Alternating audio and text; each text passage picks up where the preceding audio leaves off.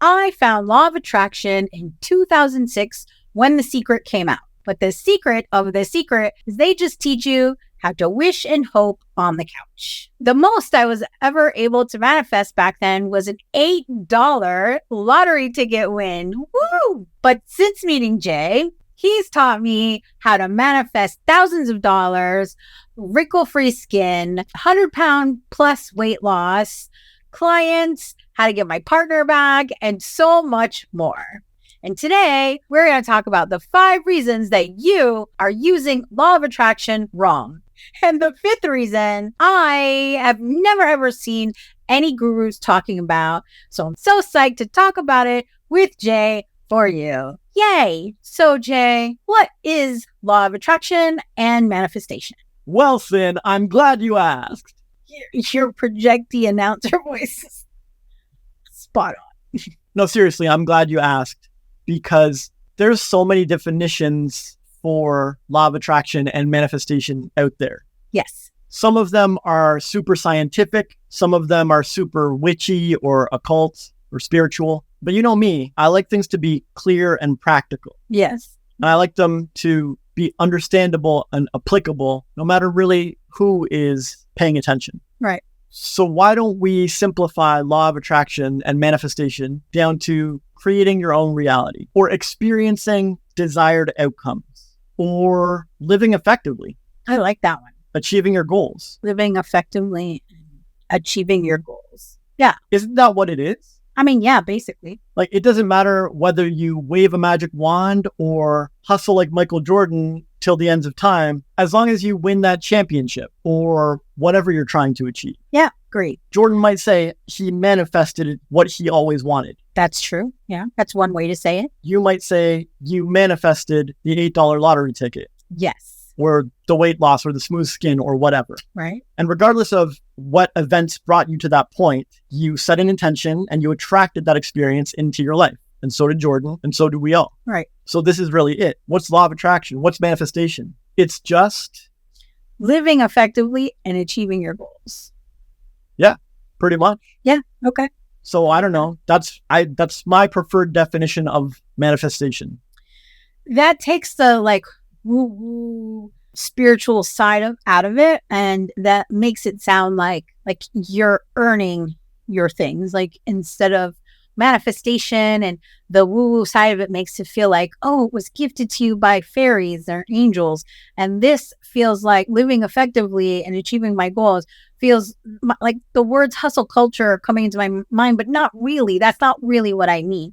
What I mean is like doing the things to get what you want. But so is the woo-woo way too. I guess it's just the language. Yeah, I guess so. People are weird. Like, no matter what language I use to describe this, someone's going to not get it. Someone's going to be confused. Someone's going to be pissed off or annoyed or think I left something out. But really, it's just person A applying themselves somehow to attract a desired experience. They're cold, they want to feel warm. Mm-hmm. They're poor, they want money. They're kicked off the basketball team, they want to win the championship. Like, I get it. You have desires, you have goals. And Law of Attraction is one path to achieving them, or maybe the only path to achieving them, depending on how you understand this all to occur. Right. But regardless, that's what it is, and that's why people need to get good at it. Do you want your son or daughter to grow up and not know how to live effectively and achieve their goals and experience the desired outcomes? No, absolutely not. So what should they be taught? Law of Attraction and how to attract what they want into their life. Yeah. And I think, like you said, it doesn't really matter the way you say it. It comes down to the same thing. Like, it's just doing the things and attracting what you want. And I want my children to know how to do this. And you've helped me do this so much better. Like, there have been days where I've attracted so much that we can't even keep count of all the great things that are coming in and happening for us. And I want that for everybody. Yeah, exactly. Doesn't matter what you call it. The Bible is full of Law of Attraction teachings and principles. So they were using it back in the day. Buddhism is full of Law of Attraction principles and teachings. Quantum physics and quantum science are full of Law of Attraction teachings. Mm-hmm. and principles. And that's really the whole point of law of attraction, is it's a universal law like gravity that applies to everyone and that people have been leveraging. There's construction going on right outside our window. So if you hear that noise above us, we're so sorry. We love you so much. That people have been leveraging since the dawn of time. It's a human having a desire and intending to achieve it and then realizing it. Yeah. Some people are better at this than others. Some people have more practice at this than others. Some people are good at manifesting in one area of their life and terrible at manifesting in another area of their life. But it's all fixable. It's all improvable. You can always get better at achieving your desires. And knowledge of law of attraction and practice at law of attraction and all the related nuances is an empowering way to manifest that. I don't care who you are or what discipline you come from. That's nice. That's really good. Very, very hopeful. So, Rise Rebels, do you use law of attraction in your daily life, or do you not use it and have no idea what we're talking about? I would love to know in the comments what you think and what your thoughts are about law of attraction. Does your definition of what it is match what Jay said? And technically, everybody's using it all the time. Yeah, that's true. Whether you're getting something you want or you're not, like, you're attracting that. So that's a really, really good point. I'm glad you added that. So for me, manifesting is easy when I focus on what I want. So Jay, how can we get rid of those intrusive thoughts that kind of get in the way of focusing on what we want so we can get that thing?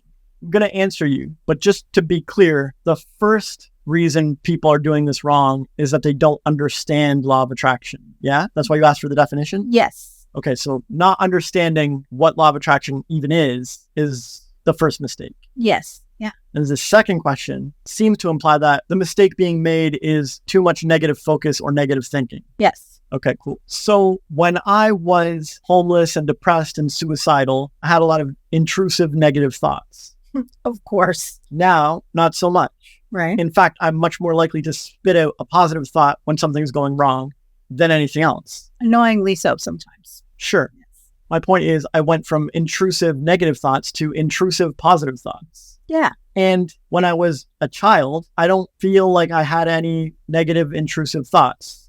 Minimal. Like maybe I'm hungry, cry, back to happy. Like it's not like my mind was spinning all day in cycles of toddler negativity. No, as a little kid, I don't think any of us had very much negativity except I don't have this, now I want it, kind of thing. But that's like a few minutes out of the day. Yeah. No, I wouldn't call that intrusive.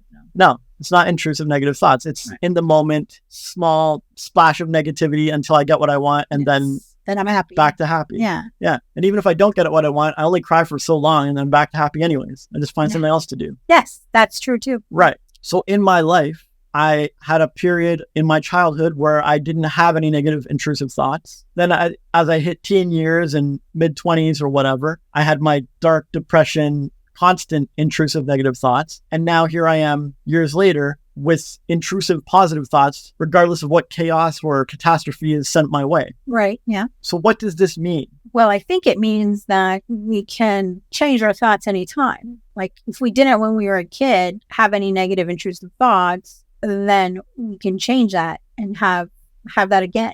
Yeah. If you spent years from 1 to 5 or 1 to 7 or whatever without any negative intrusive thoughts, maybe the odd one, and now you have constant negative intrusive thoughts years later, something has happened, no? Yeah. A lot of things happened and it became a coping mechanism. But something happened in the way you think. Yes. Your thinking habits. Yes. My current thinking habit is to think positively. I felt a little under the weather the other day, and I instantly was like, thankful for this. I appreciate this. It's good to remember that I'm human. It's good to remember that I'm alive. It's good to remember to cherish my body and not overwork and take time for myself. And I just constantly spewed out positive gratitude for this experience. This is not a normal thing that most people do, and it's definitely not a normal thing that old me would have done. When I was homeless, if I got any kind of injury or anything, I would have been like ballistic about it. I would have been furious because it's just another thing that the world has against me or whatever. And it would be constant negative thoughts. I wouldn't be thankful for that, but now I am. Well, this is why I was joking earlier when I said, like, you're so positive, like annoyingly positive sometimes. Because there's times, like the other day, I came in and a neighbor annoyed me and I said something. I don't remember what I said, something negative. And you were like, oh, this is great because of blah, blah, blah. And I was just like, yeah, it's great. And it did help me to change my attitude and feel better. But there was like a half a second where I was like, can't you just agree with me that that's annoying AF and not be positive? But then I was glad you were, because if you fed my negativity, then it would be like deadly dominoes and they'd be all over the place. So yeah, I do it to myself too. I know. Like when something bad happens to me, I'm sitting there celebrating it. Yeah. And the other day when you were like, oh, this is great. I'm so glad that I'm not feeling great. And it's so nice. It's only annoying when I'm mad at somebody. I want you to be like, yeah, they suck and they're dumb.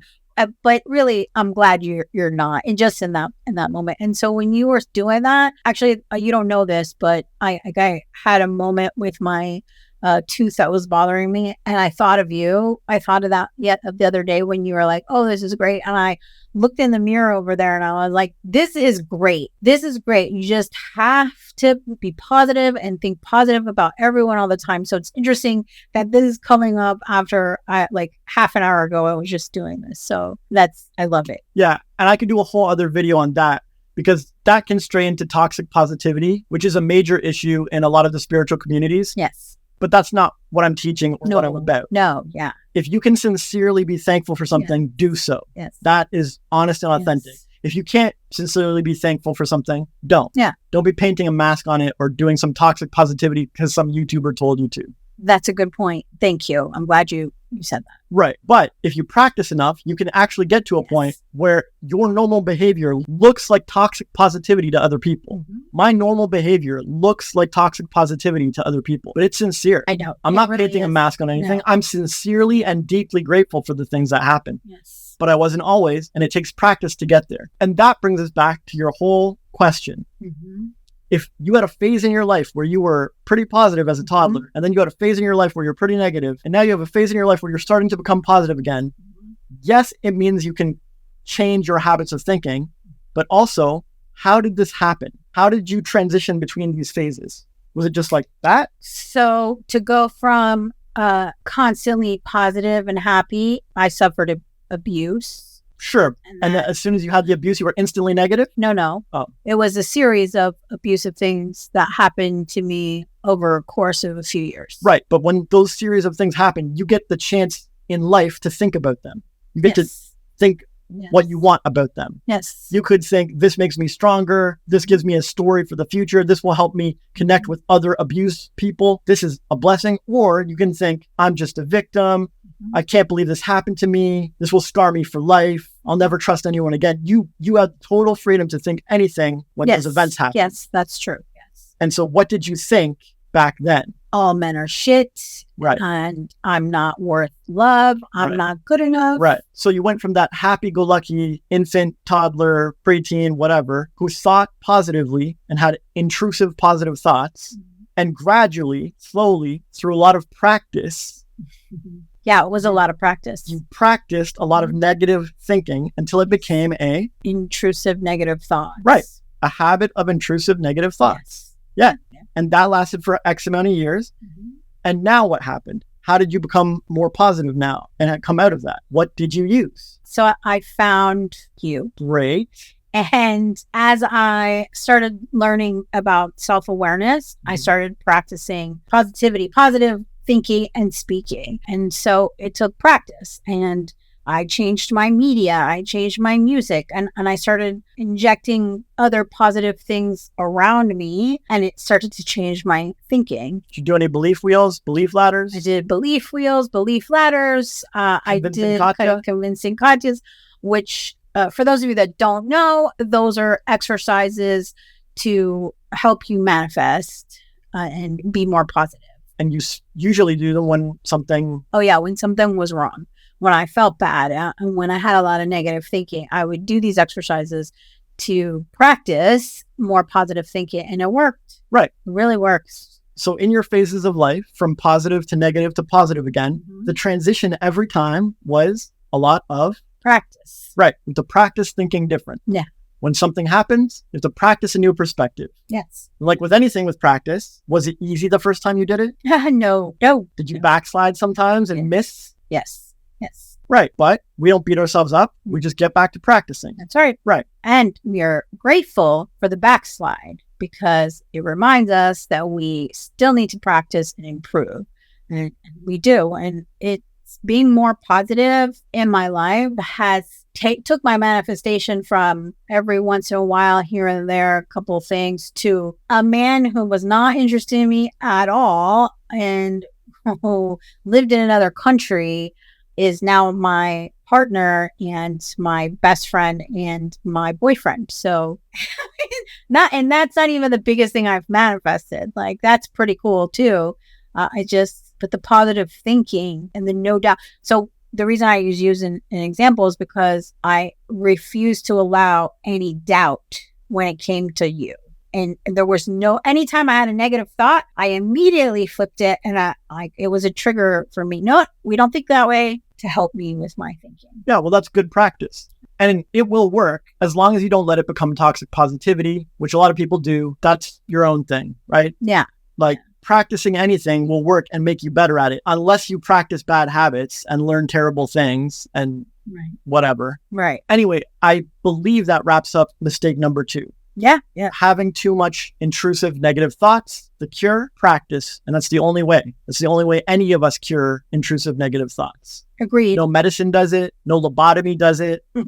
You just have to practice. You're a human being on earth. You have attention and focus, and you can practice thinking the way you want to think. Yeah. And I want to say something too. So for those of you who may think that it's really hard to change your thoughts, and I don't know your story because you've been abused and a victim and trauma, and your boyfriend sucks and your family sucks and your kids suck or whatever. Like, everybody has something and someone in their life that sucks.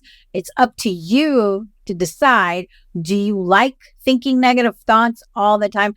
Does it feel good to be miserable and sad and hateful and angry all the time? Because I spent years of my life like that, and that shit is not worth it. And so if you have goals and dreams that you think can never, ever happen, you're exactly right. They will never, ever happen because you're thinking negative about this and you're allowing your intrusive thoughts to rule your life. And you have 100% control over it. You taught me this. I have control over my thoughts, my feelings, and my actions. And so do you. Well, the same goes for anything anyone practices. If I want to learn to swim and I go into it thinking, learning to swim is hard and impossible, how am I going to go? You think I'm going to nail it? You think I'm going to crush it in my practice? No. I'm with water wings on. Yeah. And I'll tell the coach, screw this. I'm not doing this. Yeah. But if I go in thinking, you know what? I've seen a lot of other people get the hang of this. Swimming doesn't look that hard. I bet I could do this. Mm-hmm. Even if I get some water in my lungs, I'm going to get it. Mm-hmm. Yeah. That person is going to what? They're going to swim well. Yeah. They're going to kick ass. Even if they have trouble, they're going to stick with the practice and they're going to get it. Yeah. So even your attitude of changing negative thinking is hard already screws up your practice. Like, you already can't win with that thought. So hang on to it if you want, all day long. Changing thoughts is hard. Changing negative thoughts is hard. Go ahead. But just like with the swimming example, you will never become a good swimmer and you will never become a good manifester with that. Yeah. It's the first thing that has to go. Yes. It was actually one of the very first things that I changed in my life when I started this journey. And it wasn't even about, I'm going to manifest better. It was, I'm so sad and angry all the freaking time. I need this to feel better. And you taught me that I have control over this. And no one's making you think these things. Say that again? No one's making you think these things. Exactly. Thank you.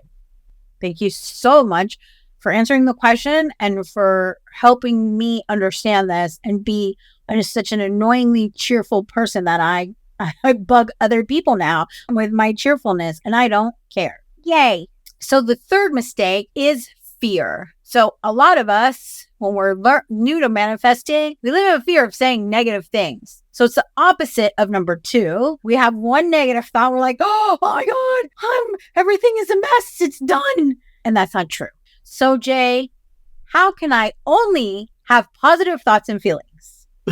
Okay, now Cyn, all of us are surfing the waves of life, okay? Mhm. We're all just trying to get by, trying to make our way through, do the best we can. Yeah. But can you imagine any effective surfer saying, how can I never have any waves? How can I have the gentlest, calmest, most placid water in the world? I don't want any ruffles or ripples or waves of any kind thrown at me. And he shouldn't be a surfer. Yeah, it's ridiculous. Then you're a canoeist or something. I don't know. Like, right? Yeah, you're a sitter. Yeah. You're a wading pool. You're a waiter or a bather, right? Yeah. But life's an adventure, and we're all here to surf it. And once you learn to surf life well, it's a blast, and you look forward to the waves. Yeah. So your question, how can I only get positive thoughts and never any negative ones, is like saying, how can I avoid all waves as a surfer? Yeah, I guess, because like if life was predictable and the same all the time, it would be so boring. I'd just be sitting on my surfboard. So if we take two surfers, Sam and Max, and Sam's idea of surfing is to get a surfboard, go to his bathtub, pour a nice amount of lukewarm water, sit on the board, and call himself an amazing surfer. Right. He's surfing life well because he never falls off. He never even gets rocked. He's perfect. He's flawless, impeccable surfer. And he's like, this is the stuff, man. This is how to live. Yeah. All right. All right. And Max goes out to, the Australian coast or something, gets nailed by a big wave, gets water in his lungs. He's like recovering on the beach. He thinks to himself, I need to study. I need to practice. I need to get a coach. I need to get better at this. I need to work out. I need to get stronger. Right. And so he hits the gym and he talks to his coach and he practices surfing and he learns the techniques and he becomes very strong. He's ripped, he's tanned, he's built, he's ready to surf. And he gets out there on the board and the next time a big wave comes, he just half pipes it, man. Nice. Right? He's just jumping from wave to wave, just riding the wave, surfing. And the wind's in his hair and the salt water. He's woo, the sun's out there. He's having a blast. His life, amazing. He can't think of a better life. He's like, this is it. This is how to live. When you can surf the waves like this, and all of my practice and effort and all the water in my lungs and all the wipeouts were worth it because I'm strong now. And I can ride these waves just as easy as someone sitting in a bathtub. Yeah.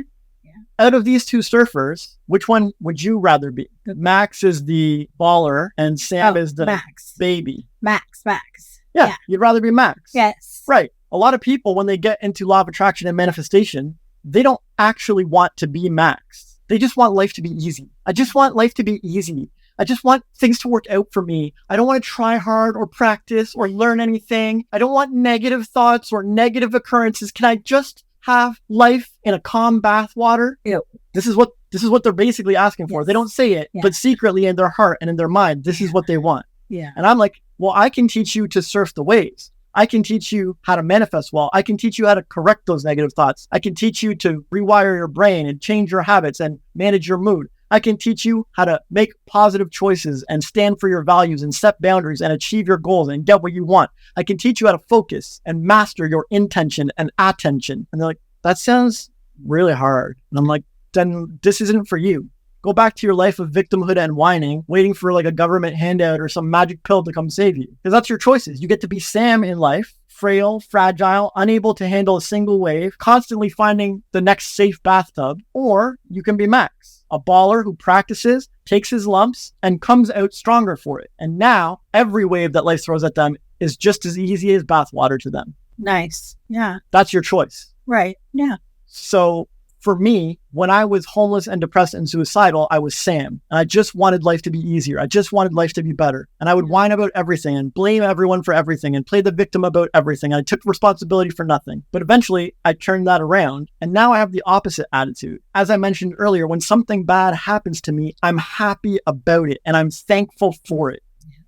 Which is weird and paradoxical. Like, it messes people up. It's counterintuitive. They're like, that's messed up. But it's not. I see the good in it. I see the silver lining in it. I see it as a chance to practice. I see it as another wave to surf. And if I nail it, if I keep my positive vibes high and I manifest my way around it, and I get to tell the story afterwards, and I manifested my way out of it, and I found a great solution, and it happened, and everything clicked, and I just, it was so good, man. And it looked grim, but then I recovered or whatever, and I'm better than ever for it. I'm like, that's real manifesting. I don't want to sit in some safe bathtub where life's easy and everything's fine. I want to Bruce Lee it up out there, man. I want to welcome all challengers. I want to be the best. I want to rock life. I want to be able to handle whatever comes at me. Like, I want to be stronger and stronger and better and better. And this, to me, is the wise, healthy attitude towards manifestation. And it's pretty rare. Yeah, I agree. And like, so when I can't talk for anyone else. So for me, when I first read The Secret, I was like, oh, this is easy. Like, all I have to do is like lay around my house and I'll get whatever I want. Like, I don't have to lift a finger. I don't have to do anything. Like, I can just want stuff and it'll happen. That's only for pro surfers. You can get to a level where that happens, but you got to take a lot of lumps along the way to become that good. Well, the funny thing is that everyone in the movie is an expert and they have taken their lumps and they are at that spot. But Rhonda Byrne, who is the author, never interviewed different people with different levels of knowledge of the law of attraction and manifestation. Had she, then people would understand what you just said. That you can't jump in the deep end when you haven't even worn water wings and touched toes to water. Like, that's impossible. But the way they made it sound was that all you have to do is sit on your couch, close your eyes, and you're good. Visualize, and it's yours. Yeah, it's a really good point. And so playing the victim or avoiding challenge or fearing the waves of life will always put the kibosh on any of this stuff. You won't manifest much at all with that. You'll just manifest negative shit. But even if you don't fear waves and you aren't playing the victim and you are up for the challenges, you still got to take your lumps. Roger Bannister broke the 4-minute mile, and that was an impossible feat. Right. Literally, the entire globe, the billions of people on Earth, no one could do it. He manifested that result. That's what he wanted to do. That's what he intended to do. And he did. Right. He might not say he used law of attraction to do it, but he did, because law of attraction is just aligning your thoughts and your moods and your choices all with a single focused goal or desire. And it will eventually manifest. The Wright brothers were told human flight is impossible. Mechanical flight is impossible. And they had countless failed airplanes. They invested everything. Their entire heart, soul, life savings, everything. But they eventually manifested mechanical flight, human flight. Now we all benefit from planes. Yeah, it's true. But they took their lumps, and tons of other people caved and gave in and didn't have faith. And they were like, oh, there's no money in this, forget it. They didn't care. They were like, we're going to manifest this. With their focused, positive, optimistic thoughts, like their belief in what they were doing, with their mood management and keeping their spirits high, even after countless crushing failures and people hating on them. And they made wise choices. They didn't just throw money away or like throw away every plane that they crashed. They were very wise about it. They were like, I'm going to give this a high chance of success. We're going to make some efficient, smart decisions. And even if we're not perfect, we're still going to manifest our goal. And these three things align in anyone who wants to achieve their goals. And even today, we see it. Elon Musk sending stuff to Mars, and then he's setting up Starlink for wireless internet, and then he's taking over Twitter or whatever he's doing. And now he's some kind of crazy off-the-wall personality or whatever. But he's manifested a lot in his life. More than one human should ever do. You know what I mean? Oh, yeah. Kanye West went from producer or beat maker to famous rapper and Jay-Z's friend to Kim Kardashian's husband to converting to Christianity to rocking the fashion world to whatever. Like, the dude has manifested a ton of stuff. More Grammys than I can count. It's weird. Like, it's impressive to see. These people have surfed the waves of life. They've gone through all of the trials and tribulations. They've handled lawsuits. They've handled sickness. They've handled health. They've handled scandal. They've handled all the bullshit life can throw. And they didn't handle it by only having positive thoughts. No, sometimes they just felt shitty. They didn't. And so like this question was about positive, like how can I have positive thoughts all the time? But those people did not. No. They did not. You can't. All of them had their bad days. All of them took their lumps, but then they dusted themselves off, got back up, and started thinking positive again. That's the practice. That's surfing the waves. And sometimes a wave will take you out, and then you got to get back on the board and surf again. Or you can go take your board, pour a nice warm bath, and sit in it and call yourself a master surfer. And look at how easy life is. It's like, no, you just tapped out of the game. You're not even living.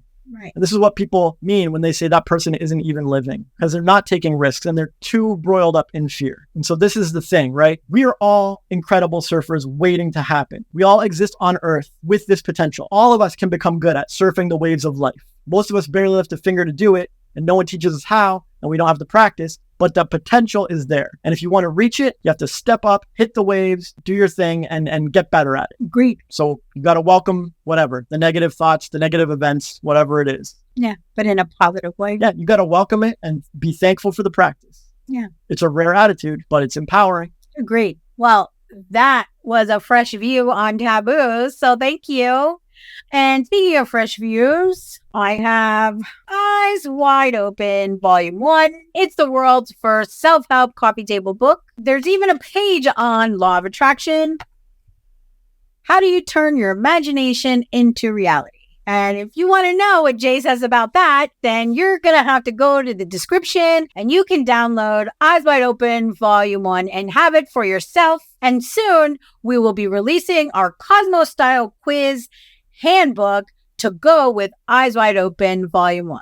So look out for that. It's coming soon. So the fourth reason that you're using law of attraction wrong is you're not living in the present moment. Lots of gurus tell us, live in the moment, be in the moment. So Jay, what if in the present moment, I am anxious and depressed?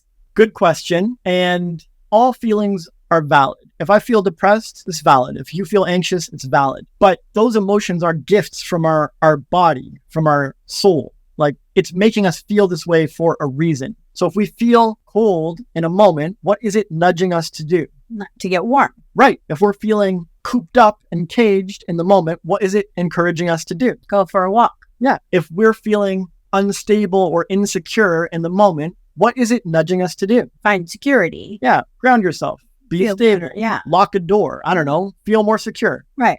And animals and babies get this. They're very good at living this way. In the moment, what is my feeling? Okay, great. It's nudging me to do X, Y, and Z. Right. They simply use their power of free will to go pursue the opposite thing. Yeah. Yeah. If I'm feeling poor, what is it nudging me to do? To go get money. Yeah. Go apply for a job. Go mow a lawn. Go make a product. Go research your next step. Go chat with a mentor about money. Just do something to improve your money situation, you crazy fool, right? You shake the silly's head? Yeah. Right? Isn't that what my feeling in the moment is nudging me to do? Yeah. Yes. Right. But most people don't do that. Animals and babies do that instantly. Feeling X, let me aim for Y. If I'm feeling uncomfortable with my partner or something you said, or there's a weird energy or tension in the room, what do I usually do? Oh, you asked me about it. Right. Why? Because in the moment, I feel uncomfortable with something between us. Yeah. And so what is my feeling nudging me to do? Clear the air. Yeah. Yeah. Clear the air between us. Yeah. So let me do that. So this is the thing. Every feeling we have in the moment is valid, but every feeling we have in the moment is a gift nudging us to apply our human creativity and start moving towards a better feeling. Okay. Yeah.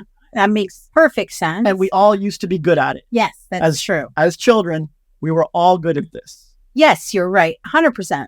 But most people, when they're trying to manifest, get caught up in the past or the future rather than aligning their thoughts, moods, and choices in the current moment effectively. In the examples I gave, I was aligning my thoughts, mood, and choices in the current moment towards a better feeling, towards feeling Y rather than feeling X.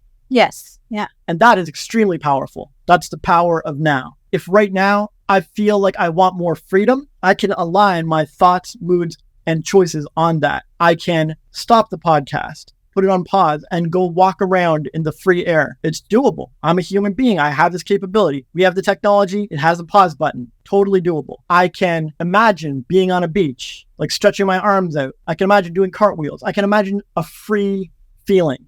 Mm-hmm. I can make myself feel freer or think freer or choose and act freer. Right. Now, in this moment. Yes. And everyone can. If I felt poor now, I could hop on a Reddit and start learning about money and learning about marketing. I could sign up for Ramit Sethi's course. I could go look for a book in Indigo or some Barnes & Noble. I could start offering to help people on the street, going door to door. I could do a chore. I could make a gift for somebody. I could spread value and abundance and end up getting a lead or a customer. I could, again, pause the podcast and start writing up my resume and looking for a new job or a promotion or something. Right. Yeah. Now, in this moment, now, as long as I admit whatever I'm feeling and then take my arms and legs and mind and heart and soul and focus it on achieving that new desired feeling. Yes. Yeah. This is the power of now. And I don't mean the Eckhart Tolle book, which is amazing. Yes. Dry, but amazing. And I mean the power of now and now and now and now. And someone who's good at surfing life and manifesting well is always paying attention to how they feel now and then readjusting to feel something better. Yeah. So I mentioned already that earlier I wasn't feeling so hot about one of our neighbors. And when I was in the kitchen, actually it was the other day, same issue, same with the neighbors. I was in the kitchen and I was cooking and I started to feel not great. And I was like, okay, they're there. I can't do anything about it. Let's just focus on making this the best lunch. And you know what? I'm really glad that they're there because there's lots of positive things. And I can't think of something right now, but it's okay. And in that moment, because I couldn't really think of why it was positive, I started focusing on other things that felt better to me to make it more of a better experience. And because I was focused on that moment, in that moment, I just knew that and that's not always the best. It's not great to always put things aside forever, that you have to come back to them. And I did later, but in that moment, I just couldn't. I was unable to. So instead of, in the past, I would have focused on that, on the negative. Look, I can't even think positive. That's how crappy they are. No. And instead, it's being in the moment now. And I'm okay. I just only want to feel better right this moment. So I'm gonna do that. Yeah, you did a great job. I can't tell anyone exactly what the right thing to think or feel or say or do is. Right. Just like I can't tell an animal or a baby exactly what's going to get them out of their crunchy feeling. Right. But they know. Yeah. The baby knows what's going to feel better. The animal knows what's going to feel better. And you knew what was going to feel better. And even if it wasn't the world's most positive thought, and you just kind of put it aside as a distraction and focused on happier things, that was good enough for you for now. And it was a good enough practice for you for now. It was like a Band-Aid solution and it got the job done. And you can always come back and deal with the root of the problem another time, but that's perfect. It was you taking an opportunity to practice the power of now and aligning your thoughts, moods, and choices into something that led to a positive result. Yes. Instead of taking you down a dark path. Yeah, exactly. And that would be an opportunity for some people to call that toxic positivity. But really what I did later was remind myself, I grew up as an only child. I grew up with just my mother in the home and she worked 3 jobs. So she was gone a lot. And so I spent a lot of time alone. And then when I was with my family and I had kids, and I still made space in my home to be alone. I had an art studio. I locked myself in the bathroom. I had space and they respected my space. And so now that I'm an adult and they're grown and whatever, I have to understand that not everyone grew up the same way I did. You had to share a granola bar with 4 siblings or 3 other siblings. I had boxes of granola bars all to myself. So everybody has a different thing. So I'm only saying this because I want to explain how I came back and why I thought about this.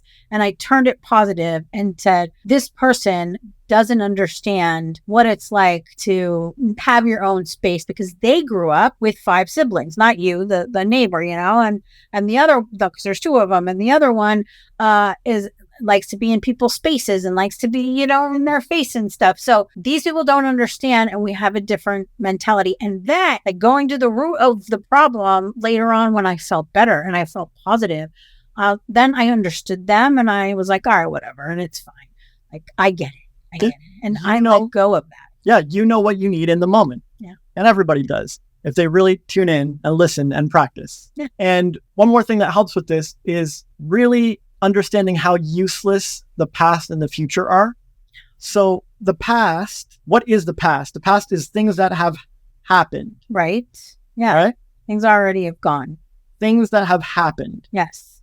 What can any human being do about things that have happened? Nothing. Not you? Nope. Not me? Nope. Not your family? Nope. Not Obama? Nope. No, even him. No. Nobody. So nobody. Yeah. Nobody can do anything about things that have happened. Yes. So why would I ever have any concern at all about the past? Yeah. How is this useful to me? It's not.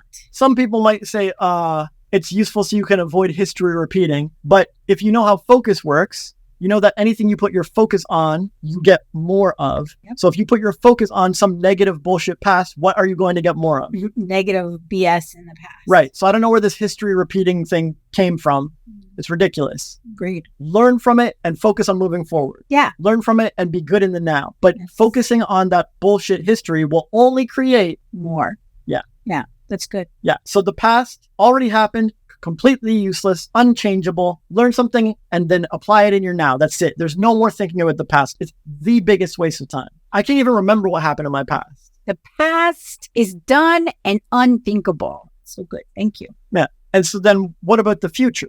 So everything in the future hasn't happened yet, but what decides how the future ends up? For example, if you want to lose 50 pounds, but you make no changes in your now, you eat the same, work out the same, move around the same, think the same, feel the same, you haven't changed anything at all. Right. What have you created in the future? Like what future will arrive?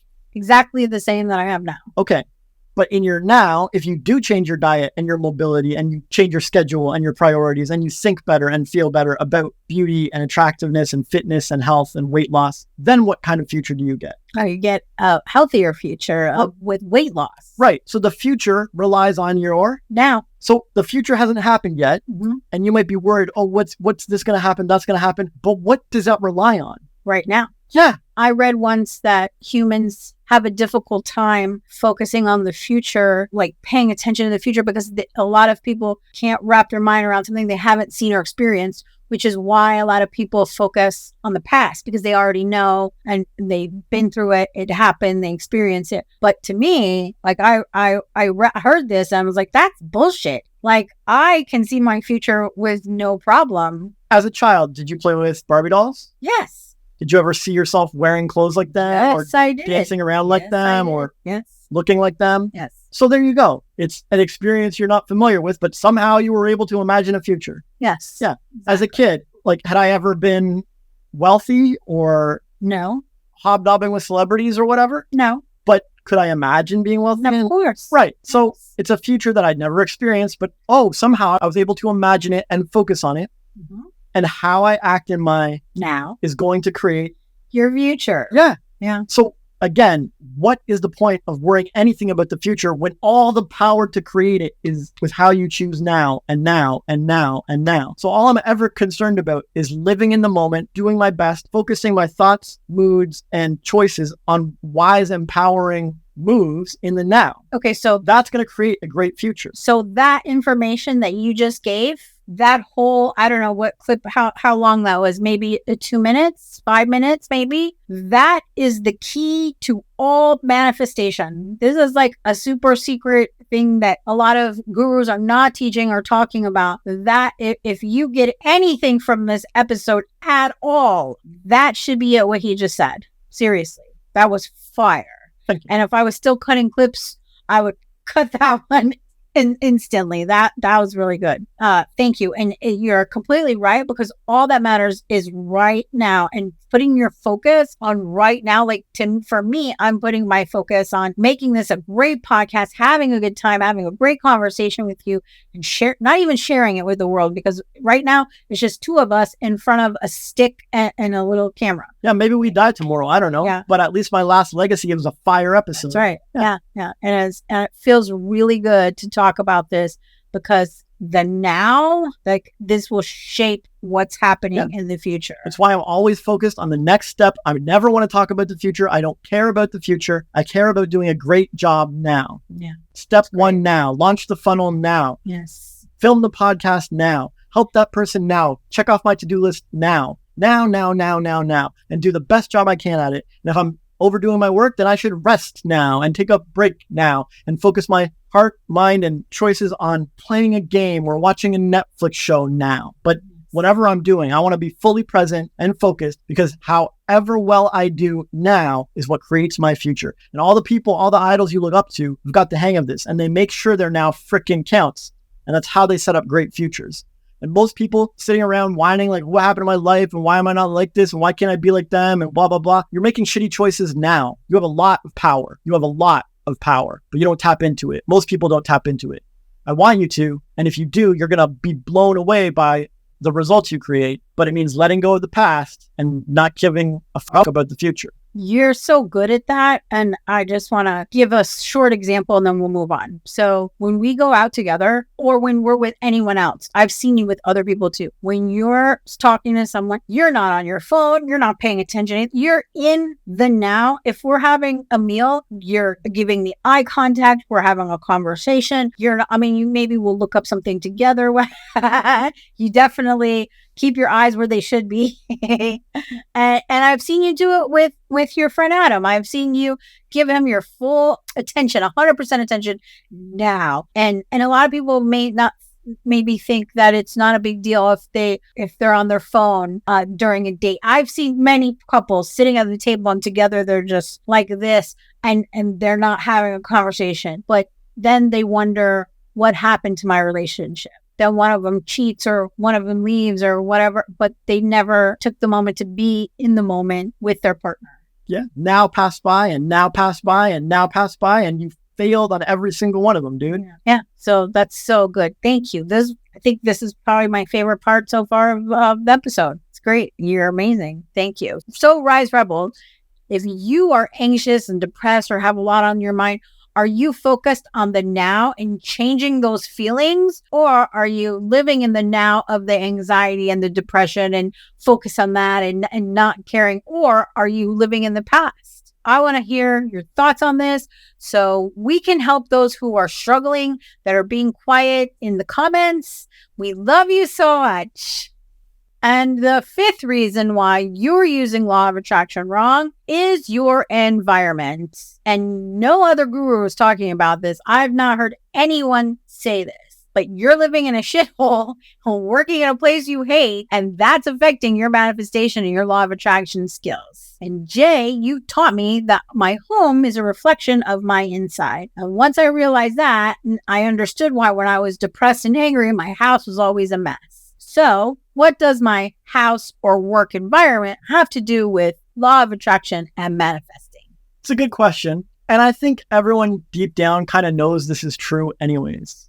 For example, let's say you were on a date with some guy and he mistreated the waiter. Mm-hmm. So this is an external thing he's doing. He's interacting with his environment. Right. He's mistreating the waiter. Right. What does that tell you about your date? That tells me he's a dick and he'll probably mistreat me when I make him mad. Yeah. So it tells you he's not a suitable partner. Yeah, definitely. Then what if you go on another date, say another guy. Okay. And he dives into his food with gusto and appreciates it. And when you guys hit the dance floor, he's totally into the dance and gets lost in the music and he's present in the moment. What does this tell you about the guy? Oh, well, that he's paying attention to things and he's enjoying his life and he's living in the present moment. Yeah. And I'd probably go on a second date with someone like that. Right. So by the way each person interacted with their environment, you knew on a soul level sort of the state of the person's mind and heart. Yes. Yes. So would you say that their mind and their heart were revealed to you through their environmental interactions? Yes. Right. Now, say you were going to hire someone for your team, and for whatever reason, you guys had an interview at their house or a Zoom call with them, and you saw their house, and they were a hoarder, like on those hoarder shows. Oh, man. And there's just clutter and stuff everywhere. Mm-hmm. What would this tell you about this person?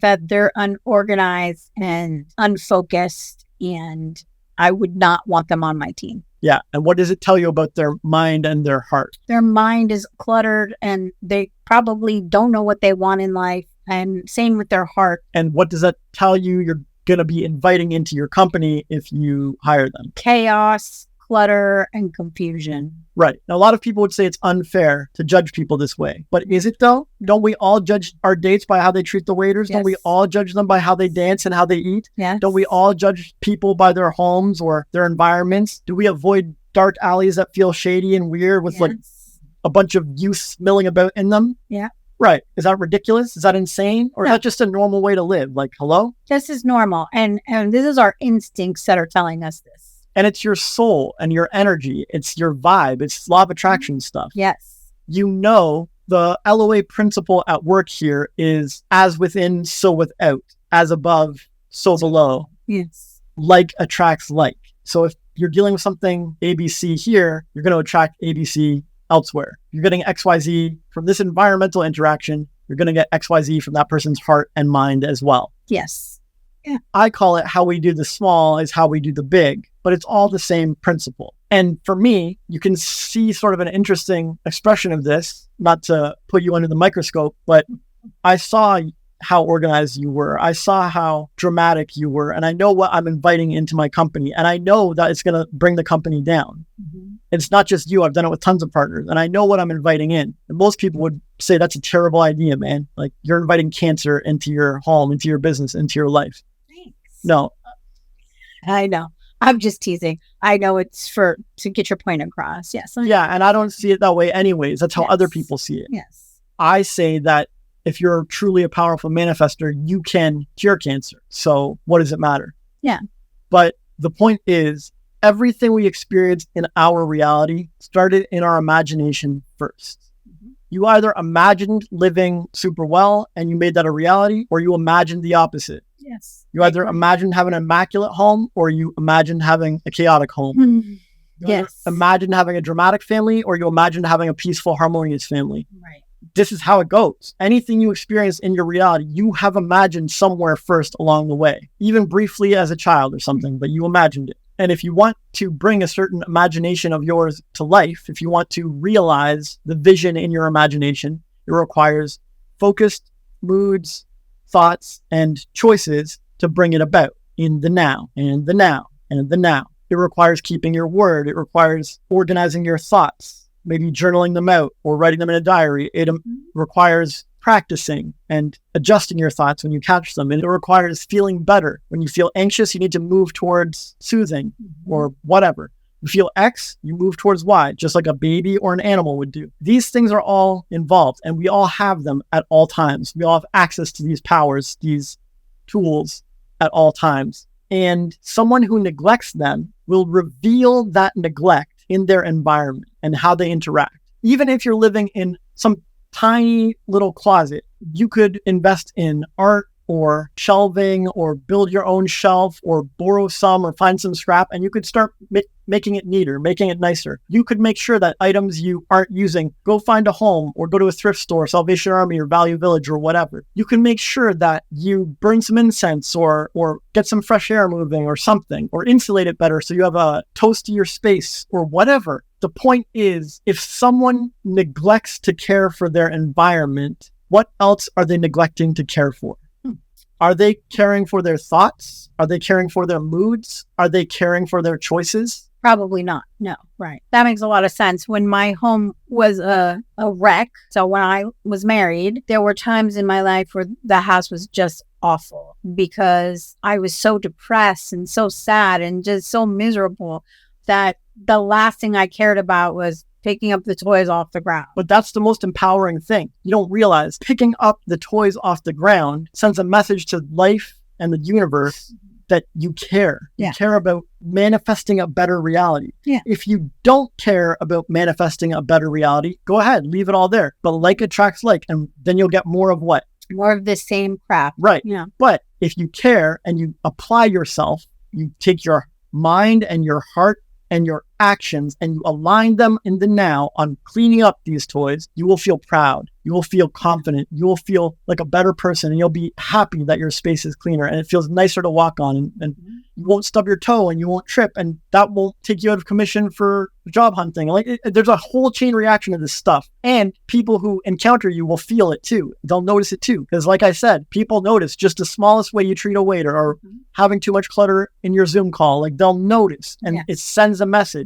Yeah, totally. The funny thing is when back then when my house was a mess and every time I did a massive cleaning on everything and purging things, I always felt better. My mind felt clear. My heart felt clear. I felt love and I felt positive and I felt better. And I allowed the negativity in my life at the time to reign supreme.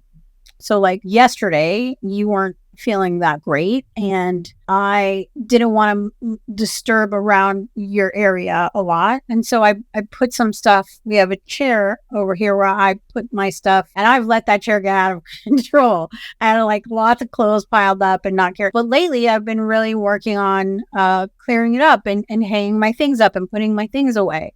And so I consciously put things on the chair in my head, and I said, that's okay. Tomorrow I'm going to take care of it. I didn't want to get in your way. And so this morning when I got up finally, because I slept in a little late, that was the first thing I did. I went to the chair and I hung my things up, and I felt so much better.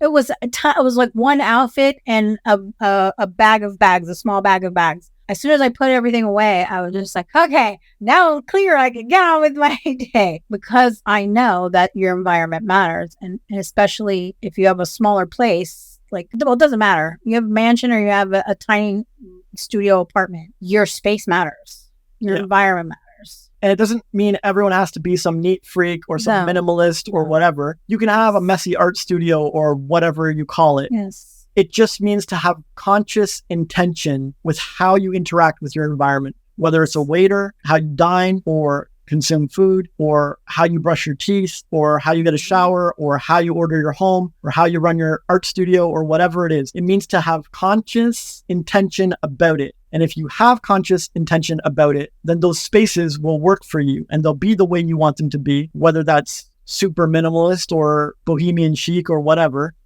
And that intentional bringing your vision to life vibe will carry through, and other people will notice it too. And it will bring you more opportunities and new things, and other things will happen. Yes. It's a game changer. Yes, I agree. If you just care about the environment around you, there's a very special bond between you and your environment. And I don't mean like earth and climate change or whatever, but it could be that too. I just mean the way you interact with everything life has provided to you. Yeah. It matters. That's so good. So good. All right, Rise Rebels, how does that feel? Do you feel like you really understand the things that you've been doing wrong in your law of attraction and manifestation practice? I'd love to know in the comments. Let's have a conversation so we can help those who are lurking, who don't want to talk, but who are really interested in what we have to say. So you are amazing. Thank you. You are too. So much. Thank you so much for your time and for teaching me this amazing thing in my life. We have manifested some incredible things together. Chicken the iceberg. I know. And I also want to add one little tiny thing. When we put our intention together on one thing, it's unreal how powerful we are together. Yeah, we should do it more often. We should. But we've been doing a daily practice and gratitude, and that has brought some really incredible things in our life. And I suggest if you have a partner, it doesn't have to be a boyfriend, a girlfriend. It can be just someone in your life that you feel comfortable with, talk to about law of attraction and working on manifesting and being positive together. This amps up your power of manifestation times like 100. I would highly suggest you give it a try. Yep, 100%. Thank you. So one last question. Do you have any final thoughts that you would like to share with our wonderful audience? Yes. Like many worthwhile things, law of attraction has a simple core or foundation, but contains a lot of deep nuances that we can explore for ages. The same thing goes for sports. You kick a ball around, but if you get into the nuts and bolts of how those players win, there's a lot that goes into it. So I could do an entire video on knowing when to let go or what to let go of and why, and what to persist with and keep going with, or whether I should manifest something specific or stay general, or the paradox of accepting worst case scenarios, all these other law of attraction mistakes and nuances. But really, if you're watching this, you're probably a relative beginner at law of attraction, not a master. And beginners only really need to practice the basics. They don't need all the fancy stuff. No beginner has ever needed all the fancy chef tools to cook a meal. No beginner needs the world's best surfboard and a coach, surfing instructor, elite Olympic level to just get on the board and tackle their first wave. I'm not the world's best manifester. I don't pretend I'm the expert in the secret or whatever, but I love manifesting my own reality. I love experiencing desired outcomes. I love living effectively and accomplishing my goals. And I'm happy to practice anything that even has a half a chance at helping me do that. And I hope you're the same. I hope you'll join me in practicing this together so we can all create the lives that we want. Much love. And that's why our book and this podcast are called Eyes Wide Open. And today, you've learned the 5 ways that you've been doing law of attraction and manifesting wrong, but now you know how to fix them. And if you watch this video right here, we will help you learn how to be happy in a shitty world so you can keep your eyes wide open. Keep rising.